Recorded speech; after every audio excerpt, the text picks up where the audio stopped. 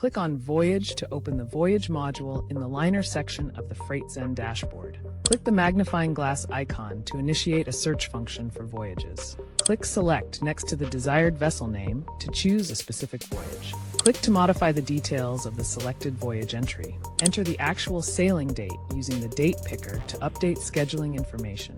Click the Save icon to store your current changes. Click the plus icon to add a new entry to the current list or form.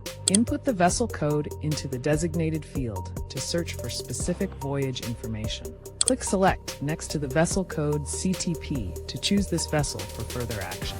Input the voyage number in the provided field to proceed. Choose the movement type from the drop-down menu.